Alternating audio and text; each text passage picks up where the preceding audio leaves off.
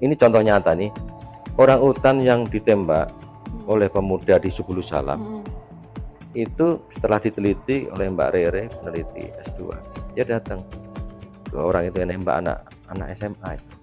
Dan saya nggak tahu Mbak, ini orang hutan apa sama ya dengan babi hutan gitu. Saya pengen menggali soal Bapak nih, kan kemana-mana nih di daerah di Indonesia ya, saya ngiri banget nih. Udah Silakan kalau mau ikut. siap Ya. Pak. Udah sering banget mungkin apa ya istilahnya, mungkin juga melihat secara langsung satwa-satwa liar ini. Kalau kalau saya ketemu orang hutan sih masih kayaknya masih masih nggak apa ya. Tapi kalau harimau gitu saya nggak, I don't wish to ketemu No, oke. harimau sih, Ya, ya, karena ya udahlah, they're so wild and let ya, them ya, be wild ya, gitu kan. ya. Tapi maksud saya pengalaman-pengalaman Bapak itu di lapangan tuh gimana Pak? Bapak pernah nggak sih ketemu yang benar-benar bukan di sanctuary ini ya Pak, yang langsung gitu, apa orang Hmm. hutan, harimau, apa badak atau gajah gitu, and how you behave, gimana sih Bapak kalau ketemu? Kalau iya saya harimau belum pernah ketemu. Nggak usah ya Pak? Ya, nggak usah kayaknya sih. Ya. Hmm. Tapi laporan dari staf saya banyak. Hmm. Laporan staf saya badak in the wild kan tinggal di Leuser, blok barat dan blok timur. Hmm. Badak kita ya, karena di Kerinci udah nggak ada in the wild, di Bukit Barisan Selatan tidak ada. Yang Jadi di ya sanctuary yang taman apa di di Waikambas, Sumatera saya Rhino pernah Sanctuary udah ke mengunjungi sana itu. ya. Ya, itu nah yang in the wild itu harus jalan 1 minggu ya ke dalam Leuser blok timur itu. Lalu kemungkinan besar bisa dapat 1 minggu Maaf Pak, dan karena sebenarnya satwa liar juga kalau bau manusia dia ngumpet ya Pak ya? iya ya Jadi dia mesti tidak blend mau. banget sama nature ya? Blended, kita nggak bisa mandi seminggu Mesti itu bau banget ya Pak dan berarti? ya baunya bau tanah di situ gitu. Iya. Ya betul itu. Dan Mhm. staff saya kebetulan ketemu Mhm. eh, yang Rhino itu masih muda sekali. Terus Oh. dia itu video dengan kameranya. Mhm. Dan setelah dia mendekat, dia sama-sama kaget juga, Rhino-nya.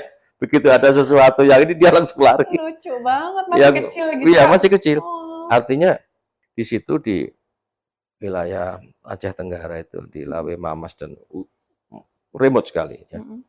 Itu masih ada apa populasi yang baru ya Mhm. gitu. Iya, iya. Itu badak sangat sangat sensitif. Iya, dan dia Dia pemalu banget dan juga. dia langsung ngacir pergi masuk Iya. menjauh Mhm. dari sesuatu yang dan ini yang membuat juga akhirnya dia kesulitan dalam breeding menjadi Mhm. sulit Iya. gitu. Lalu ujung kulon saya kira juga lebih mudah karena jangan di Muara Cigenter itu sering ada tempat mengasin ya kan juga. Ujung Kulon kalau saya dengar bukannya lebih sedikit lagi tuh Pak, populasi badak Jawa. Ya, Kita ini kita punya dua kan, badak Jawa dan badak badak Sumatera. Sumatera. Heeh. Ya, Malaysia udah nggak mempunyai itu Iya. lagi. Ya. Hanya di Eh, Afrika sama di sini ya ya. sekarang ya. Sama India. Problemnya kan cara menghitung itu kan tidak mudah. Jadi kita memakai kamera trap. Mhm. Di ujung kulon ini ditingkatkan lagi perhitungannya dan pemasangan kamera trapnya juga sistem patrolinya yang tidak putus gitu, keliling. Dan itu tidak mudah dan Mhm. kita dibantu oleh YABI juga. Iya biaya. Mm. Oh ya, saya juga pengen tanya dari sisi ininya Pak, ingin dari masyarakat. Tapi sebenarnya kalau Bapak kan selama ini Bapak juga terjun langsung gitu kan, Mm. berinteraksi juga dengan Yeah. masyarakat gitu kan.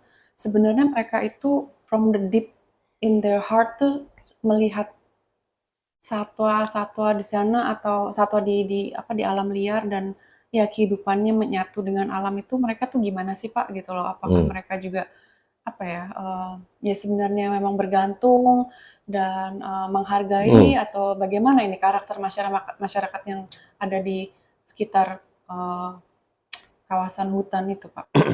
Ya, pengalaman saya ini kan ada local wisdom ya, Mm-mm. local wisdom, local knowledge. Itu di banyak tempat masih ada dan biasanya yang berburu itu kan dari luar. Ya. Ya. Jadi local community yang asli situ sebetulnya dia itu living in harmony. Tapi kalau kemudian ada pendatang dan seterusnya yang berburu itu menjadi mereka kadang-kadang tidak bisa melawan para pendatang itu. Nah, oleh karena itu penting kita mendampingi kelompok-kelompok masyarakat yang asli di situ untuk memastikan bahwa traditional wisdom mereka, local wisdom mereka tetap memang dihormati karena itu kan dari nenek moyang. Ya, seperti di Sumatera Barat, di Bengkulu, di Aceh. Di Aceh terutama untuk gajah kan mereka punya sistem local wisdom yang sangat bagus. Nah, cuman di Gayo yang banyak masalah itu dan sudah kita bantu juga bagaimana caranya. Ada Pak Wadi Asmi, tokoh yang aktif, praktisi dalam ngurus gajah puluhan tahun misalkan.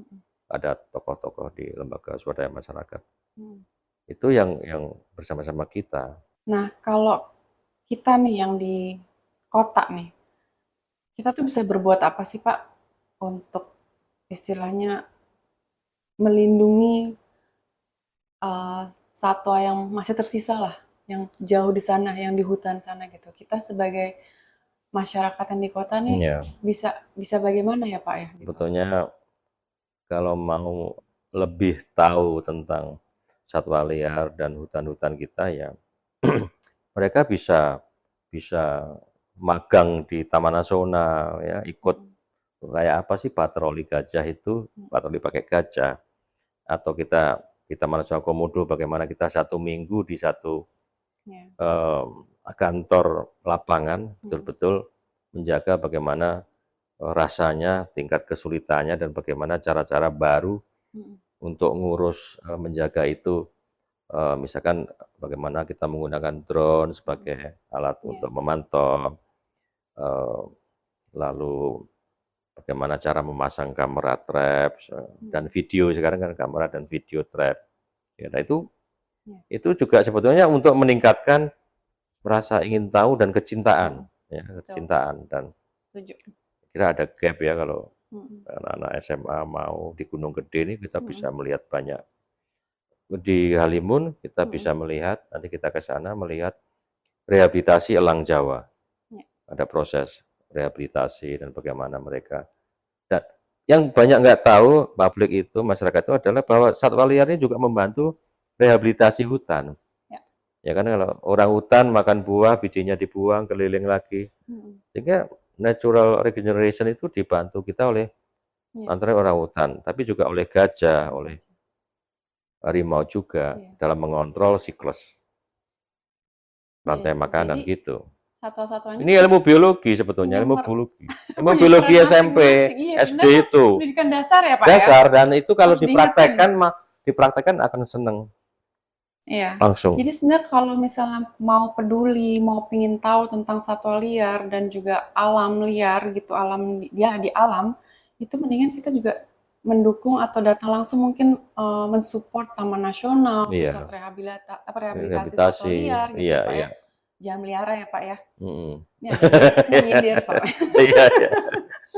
Iya, sebetulnya. Jangan melihara satwa liar, tapi kita yang datang ke alam. Kita yang, iya kan Pak ya, kita yang dengan keingintahuan kita, dengan kepedulian kita belajar langsung di alam aja tanpa harus mengganggu ya maksudnya. Ya belajarlah dengan para pakarnya juga kan di teman-teman Taman Nasional, terus juga di pusat rehabilitasi satwa liar ini.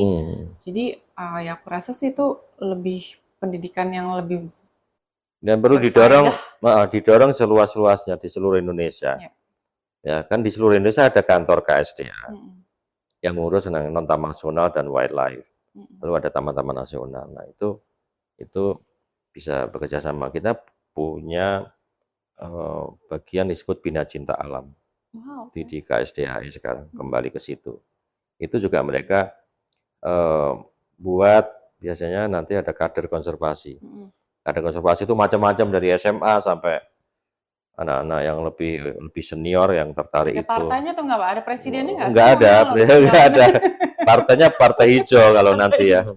Ya, kader konservasi banyak juga yang dulu kita kader sekarang sudah menjadi tokoh-tokoh pecinta lingkungan LSM. Saya kira itu juga gap yang harus kita isi ke depan ini, ya, menyambungkan melalui media sosial ini, menyambungkan Ya. isu-isu bagaimana publik bisa lebih mencintai Mm-mm. flora fauna di Indonesia yang sangat terkenal di seluruh dunia Iya, sebetulnya. betul. Gitu. Iya, jadi memang keberadaan atau eksistensi satwa liar ini Hmm. memberi dampak yang luar biasa untuk manusia juga ya Pak ya. Ya, Masa tadi saya juga sempat bilang bahwa penerima manfaat terakhir dari alam itu nah, kan manusia ya. manusia, betul. Karena satwa-satwa ini dengan saya mungkin jam terbangnya tidak setinggi Bapak ya, tidak sekali Kita beda jalur tapi ya. satu visi Maksudnya sebetulnya saya ya. mau cerita Pengalaman bagaimana ya. ketika saya juga ke hutan, Ya. itu saya merasakan energi yang luar biasa. Hmm. It's magic gitu loh, being Ya, in ya. the forest gitu loh. Jadi Ya, ya. semuanya itu seperti mempunyai peran seperti apa ya, kayak orkestra gitu loh Pak, dan Ya, ya, saling ya. melengkapi Keren yang itu. memberikan Bentar lagi bisa keseimbangan. berbicara dengan pohon nanti. Davina. Memberikan keseimbangan Iya, untuk semua. Jadi bayangkan betul. kalau itu sampai terbakar atau Iya, ada iya. satwa yang, jadi bayangkan kalau ada satwa satu punah, Hmm. berarti dia kan mengganggu yang ada di situ lagi. Satwa lain Betul. lagi nggak ada, mengganggu lagi. Jadi Keseimbangannya terganggu gitu terganggu. semuanya. Dan itu Jadi berpengaruh. mungkin pemahaman ini juga yang harus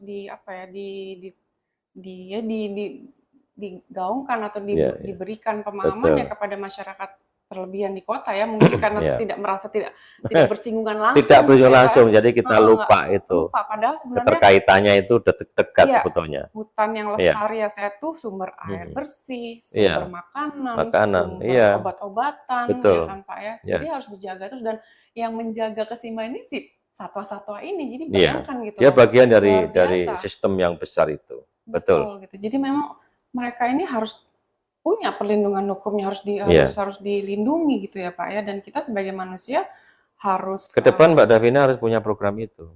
ya, siap. Ya, untuk Siap. untuk ya kan sebagai public figure saya kira. Ya. Dan saya memantau Mbak Davina kegiatannya di open space itu yang disebut natural capital itu.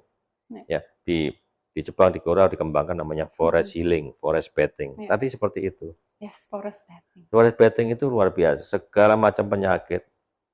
Ya. BNN aja dia mengembangkan konsep rehabilitasi pecandu itu masukkan dalam hutan. Taruhnya hutan Pak. Iya, belajar di hutan biar ini. Biar Bro saya juga nanam juga, sekalian nanam kan, dia memelihara itu.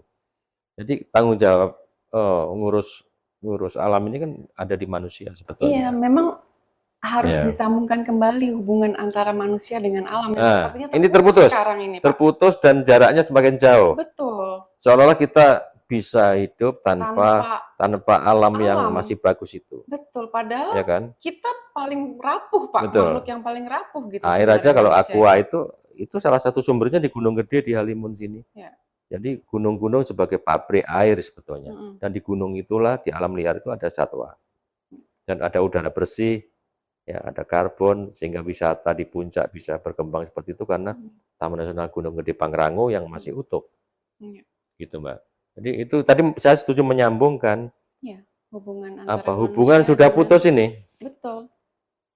Kayaknya masyarakat di kota suruh ke hutan semua Pak. Jangan deh, ganggu. Kan kalau di kota maksudnya harus merasakan gitu loh. Maksudnya being in the forest, being in the wild tuh harus merasakan. Di Jakarta ini burung-burung saya kalau jogging pagi itu saya perhatikan. Itu burung-burung banyak sekali di pohon-pohon yang ditanam itu. Ya. Nah, ruang terbuka hijau kota besar itu yang paling luas kan London. London itu 40% itu ruang terbuka hijau. Ya. Dan kalau itu kita kembangkan di kota-kota besar, jadi nyambung landscape-nya, sehingga burung mempunyai habitat yang lebih luas lagi di perkotaan juga, tapi nggak boleh diburu. Saya pernah juga ke London di Hyde Park, itu burung-burung, bebek segala macam. Kalau ada orang, mereka santai Pak, karena mereka tahu orangnya baik. Coba di Jakarta, coba di Indonesia, langsung kabur.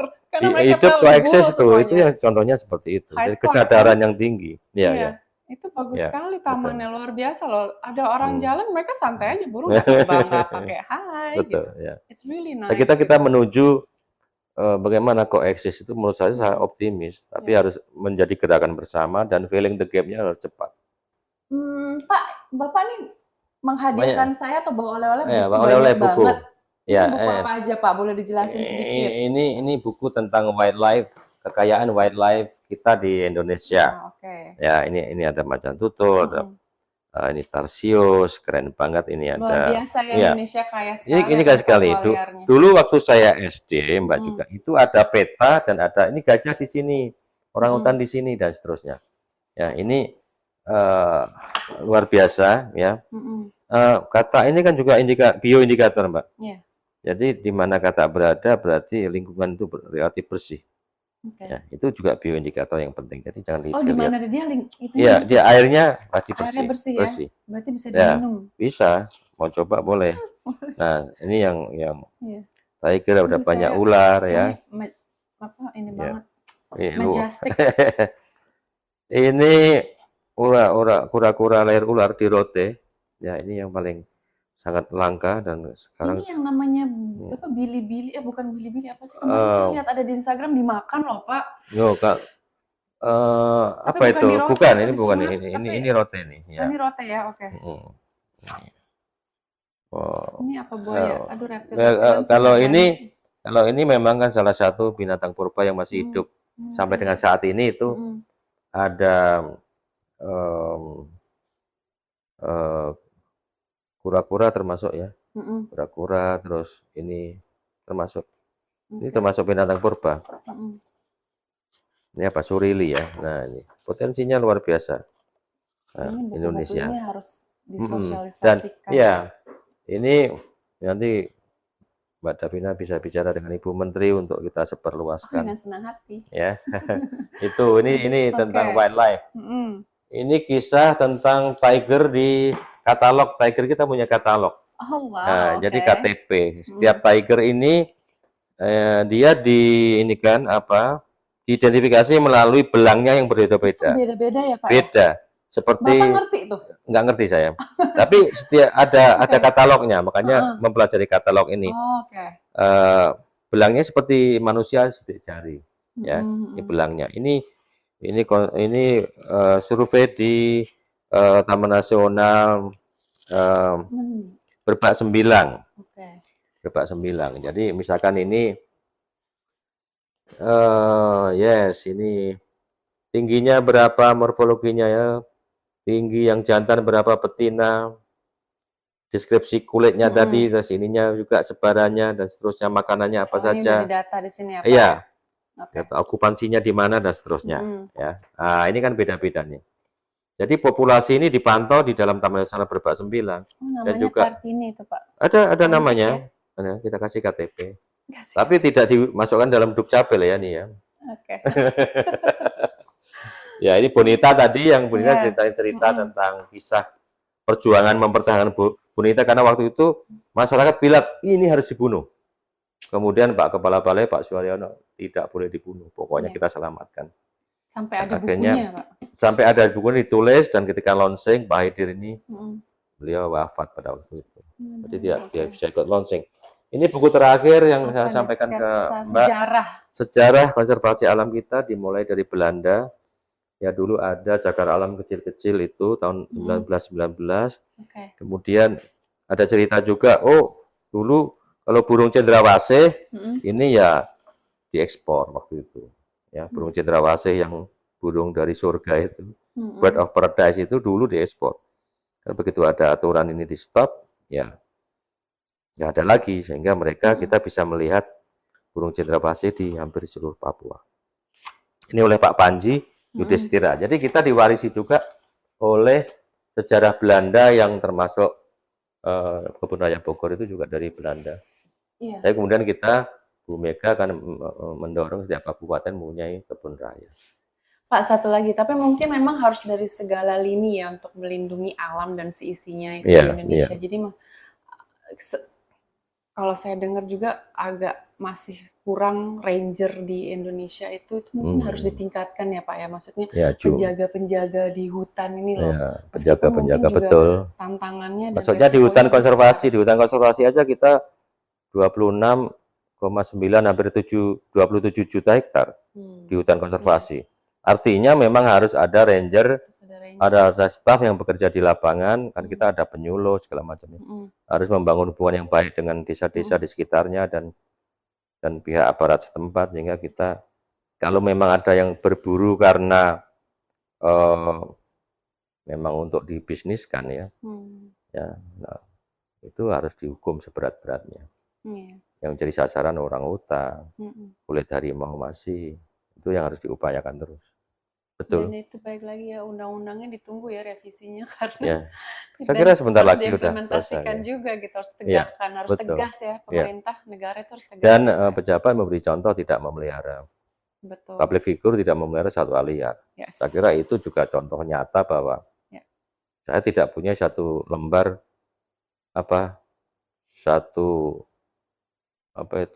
bulu burung pun saya nggak punya. Saya ngasih contoh. Saya pernah kayaknya ingat Pak Wiratno itu, saya pernah waktu itu ada webinar zaman-zaman COVID banget tuh Pak. Saya ingat Bapak tuh keras sekali ngomong ini, satwa liar itu tempatnya di alam liar. Ya, yang paling, yang paling titiknya ketemu, yes, I love this guy. Itu dia punya hak hidup. Satwa liar punya hidup seperti manusia.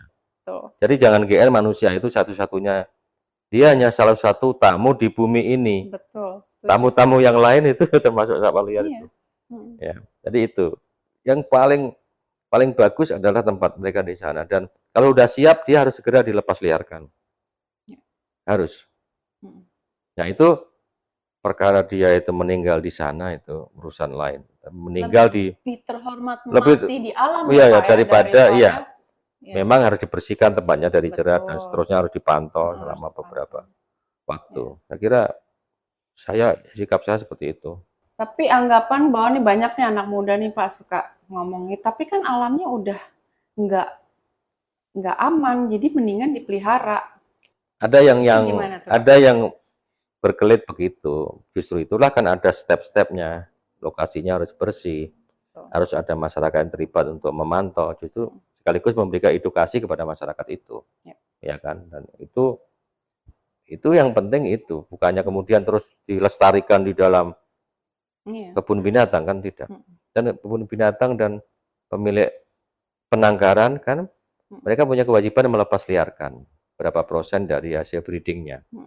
Misalkan kalau di Klaten itu jalak Bali dan jalak putih itu udah luar biasa, dan udah beberapa 50 sampai 75 ekor sudah dikembalikan ke Bali Barat, jalak Balinya.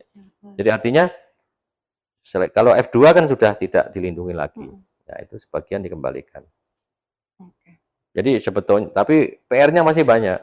Pasti. Tantangannya masih luar biasa, dan sebenarnya solusinya kita tahu. Tinggal bagaimana secara konsisten kita melaksanakan itu dan membackup anggarannya dan dukungan dari para pihak. Itu pokoknya Mbak. Saya siap jadi asisten Bapak, jadi anak buah Bapak untuk melindungi bersama-sama, alam dan seisinya. Bersama-sama. Kebanggaan kita sebetulnya. Betul. Itu. Once in our lifetime gitu ya, kita bisa melindungi satwa liar, kebanggaan tanah air kita. Itu Mbak. Oke Pak Wir, ini ada pesan terakhir Pak untuk penonton yang ingin istilahnya untuk memajukan gaya hidup berdampingan dengan satwa liar. Pesan terakhir gimana kita berdampingan dengan satwa liar? Bisa berdampingan tentu harus bisa berkomunikasi dengan siapa? Dengan Dirjen Konservasi Sumber Daya Alam dan Ekosistemnya. Di dalam Dirjen itu ada direktur-direktur, dan di lapangan ada kantor konservasi sumber daya alam di setiap provinsi. Dan di situ ada call center ya. Nanti saya sampaikan juga, bisa mengontak saya, Mbak Davina juga untuk mencari tahu. Dan saya menyarankan generasi muda untuk lebih banyak waktu ya, spending waktunya ke alam liar. Dan itu kita punya banyak sekali, kita punya 55 taman nasional se-Indonesia ini, mulai dari Aceh sampai Loren sampai Wasur perbatasan. Nah, dan itu tempat, itu open space yang luar biasa keindahannya dan keunikannya, dan teman-teman muda bisa belajar banyak di sana. Saya pengen ke Loser Pak, itu one of my list. Loser, Bapak di mana di Loser? Ada di Ketambe ya. Kita mau ke Ketambe dengan Dr. Suci, ahli orangutan. Kalau Iya, mau saya kenal sekalian sama ikut, Ibu nah Suci. itu nanti Mei kita ke sana, Mm-mm. kita bisa melihat bagaimana Leuser yang sebenarnya in the heart of Leuser itu di Aceh Tenggara. Ingin banget ke sana. Oke teman-teman, itu tadi bincang saya dengan Pak Wiratno. Semoga bermanfaat atau berfaedah bagi teman-teman. Teman-teman ingat bahwa kita bukan satu-satunya spesies yang menghuni bumi ini. Ada banyak lagi penghuni bumi yang lain, yaitu hewan-hewan dan juga tumbuhan, pohon, dan kita harus menghargai eksistensi mereka karena kita sebagai manusia justru kita yang paling rapuh, kita yang paling bergantung dengan alam dan seisinya. Ya. Oleh karena itu kita harus bisa menghargai keberadaan mereka dan juga menjaga, melindungi sehingga kita bisa membuat bumi ini untuk kehidupan yang lama ya, kehidupan yang keberlanjutan sampai nanti generasi yang mendatang, bukan hanya generasi yang sekarang aja. Boleh saya kasih nomor HP saya untuk teman-teman muda? Boleh dong. Oke ya. Benar, Pak. Ya, benar. Saya kasih nanti kontak saya. Nanti nggak balas SMS Oh saya, ya, WhatsApp saya. Mbak Davina aja ya. Oke, siap. Jangan, nanti saya nggak dibalas. Oh ya, dibalas nanti ya ke saya ya. Lagi ada masalah satwa liar atau alam, Sibuk. Pak, gitu kan. Sibuk ya. Jangan, nanti kita bikin email aja. Mau Email ya. menghubungi siapa Ya, boleh. narasumber gitu bisa lewat kami nanti. Boleh, Mbak Davina. Oke teman-teman, Thank you. semoga tayangan kali ini bisa memberikan wawasan yang bertambah lagi untuk teman-teman dan sampai jumpa di bincang lingkungan selanjutnya. Terima kasih. Semangat. Thank you, Mbak.